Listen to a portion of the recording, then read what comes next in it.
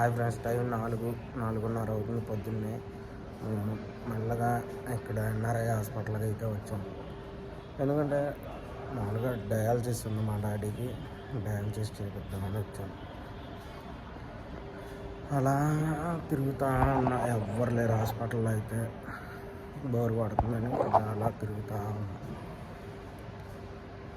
Dialysis అంటే మీకు తెలీదో మామూలుగా అది కిడ్నీ పేషెంట్లకి చేస్తారు. కిడ్నీలు ఫెయిల్ అయిన వాళ్ళకి డయాలసిస్ అనేది చేస్తూ ఉంటారు. అది వాళ్ళకి ఇంకా వారానికి 2 సార్లు, ఇంకా బాగోపోతే వారానికి 3 సార్లు అలా తిరుగుతూ అయితే ఉండాలి. ప్రజెంట్ అయితే మనం 2 సార్లు వస్తాం. బోరు పడుతుందని చెప్పి అటు ఇటు తిరిగితే ఇంకా వీడియో అయితే తీసా. అన్నట్టు మన ఛానల్ 5,000 సబ్స్క్రైబర్లు దాటారు.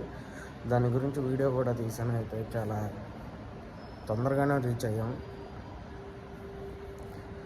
మీలో ఎంతమందికి డయాలసిస్ అంటే తెలుసో కామెంట్లో అయితే మెసేజ్ చేయండి.